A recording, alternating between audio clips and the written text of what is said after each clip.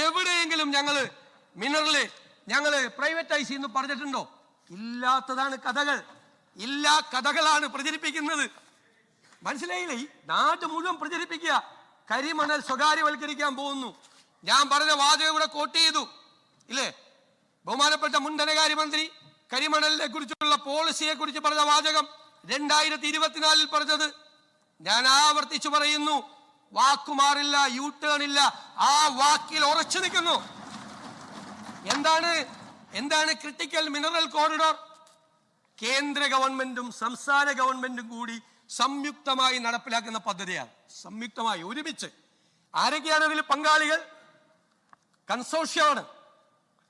കേന്ദ്ര ഗവൺമെന്റ് സ്ഥാപനം call India limited, കേരളത്തിലെ ഏറ്റവും വലിയ പൊതുമേഖലാ സ്ഥാപനം KMML, കേരളത്തിന്റെ കെൽട്രോൺ, ടൈറ്റാനിയം ആൻഡ് NFTDC കേന്ദ്രത്തിന്റെ ഈ കേന്ദ്ര സംസ്ഥാന പൊതുമേഖലാ സ്ഥാപനങ്ങൾ ഒരുമിച്ച് ചേർന്നുള്ള ഒരു കൺസോർഷ്യം.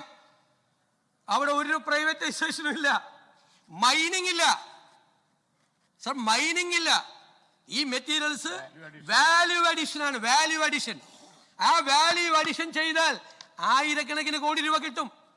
അത് കേന്ദ്ര ഗവൺമെന്റിന്റെ പോളിസി കൂടി അനുസരിച്ച് ആ ക്രിട്ടിക്കൽ മിനറൽ കോറിഡോർ ഞങ്ങൾ ഉണ്ടാക്കും. എല്ലാം കേന്ദ്ര സംസ്ഥാന പൊതുമേഖലാ സ്ഥാപനങ്ങൾ. സർ, കഥയുണ്ടാക്കാം. ഇല്ലാത്ത കഥകൾ ഉണ്ടാക്കുകയാണ്. ഇല്ലാത്ത കഥകൾ. ഒരു വാചകം ഈ ബജറ്റിലില്ല, ഒരു വാചകം.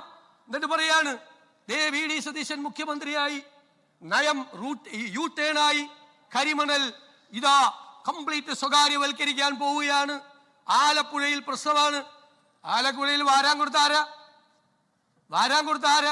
ആരാ കരിമണൽ കൊണ്ടുപോകുന്നത്? ആരാ കൊണ്ടുപോകുന്നത് ആ കരിമണൽ?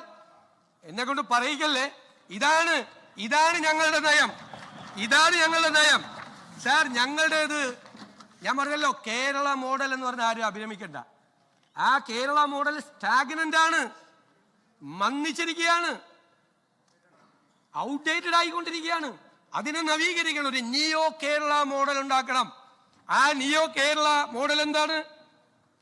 ഉൽപാദനക്ഷമത വർദ്ധിപ്പിക്കണം, പ്രൊഡക്ടിവിറ്റി കൂട്ടണം, നിക്ഷേപം ആകർഷിക്കണം, വ്യവസായ സേവന മേഖലകളെ ശക്തിപ്പെടുത്തണം, തൊഴിലവസരങ്ങൾ സൃഷ്ടിക്കണം, സമ്പദ് വ്യവസ്ഥയിൽ ഉണ്ടാകുന്ന വളർച്ച, കേരളത്തിന്റെ നികുതി വരുമാനം വർദ്ധിപ്പിക്കുകയും അതിൽ പൊതുസേവനം നടത്താക്കുകയും ചെയ്തു.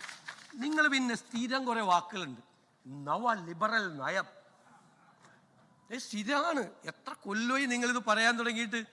ആ മൻമോഹൻ സിംഗ് എക്കണോമിക് റീഫോംസ് അവതരിപ്പിച്ചു. എക്കണോമിക് റീഫോംസ് അവതരിപ്പിച്ചപ്പോൾ കംപ്ലീറ്റ് നവ ലിബറൽ നിയമം. സാർ, എന്താ ചെയ്തത് അദ്ദേഹം? അന്ന് റിസർവ് ബാങ്കിലെ സ്വർണ്ണക്കട്ടി കൊണ്ട് അന്നത്തെ ഗവൺമെന്റ് ലണ്ടനിൽ കൊണ്ട് പണയപ്പെടുത്തി ഇപ്പൊ കേരള ഗവൺമെന്റ് ആക്കി വെച്ചിരിക്കുന്ന സ്ഥിതിയിലാക്കി വെച്ചിരിക്കുകയായിരുന്നു ഇന്ത്യയുടെ സമ്പദ് വ്യവസ്ഥ. അപ്പൊ എന്താ ചെയ്തത്? എക്കണോമിക് റീഫോംസ് കൊണ്ടുവന്നു.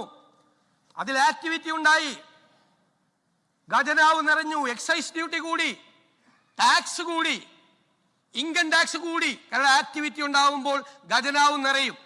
എന്നിട്ട് പറഞ്ഞു നെഹ്റുവിൽ നിന്ന് വ്യതിചലിച്ചില്ല സാർ. ഉണ്ടായ പണം എന്ത് ചെയ്തു എന്നാണ് ചോദ്യം. ഉണ്ടായ പണം, it was an equitable distribution of wealth. സമ്പത്തിന്റെ നീതിപൂർവമായ വിതരണം.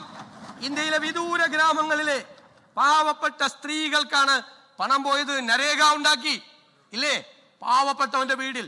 ഇന്ത്യയിലെ കുഗ്രാമങ്ങളിൽ ആശുപത്രികൾ ഉണ്ടാക്കാൻ NRHM കൊണ്ടുവന്നു, റൈറ്റ് ടു എഡ്യൂക്കേഷൻ കൊണ്ടുവന്ന് ഇന്ത്യയിലെ വിവിധ സ്ഥാപനങ്ങളിൽ, വിവിധ വില്ലേജുകളിൽ സ്കൂളുകൾ ഉണ്ടാക്കി, അധ്യാപകരെ നിയമിച്ചു.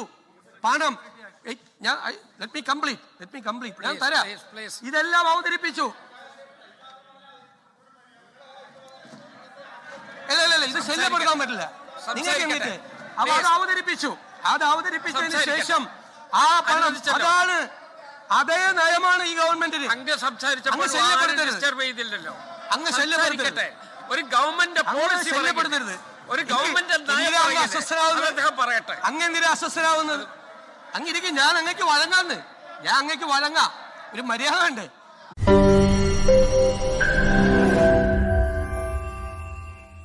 ലോകത്തെവിടെയായാലും ഏത് സമയത്തും 24 വാർത്തകളും ഓഗ്മെന്റഡ് റിയാലിറ്റി പാക്കേജുകളും എക്സ്പ്ലെയിനറുകളും വിശദമായി കാണാൻ ഞങ്ങളുടെ യൂട്യൂബ് ചാനൽ നിങ്ങൾക്ക് സബ്സ്ക്രൈബ് ചെയ്യാം.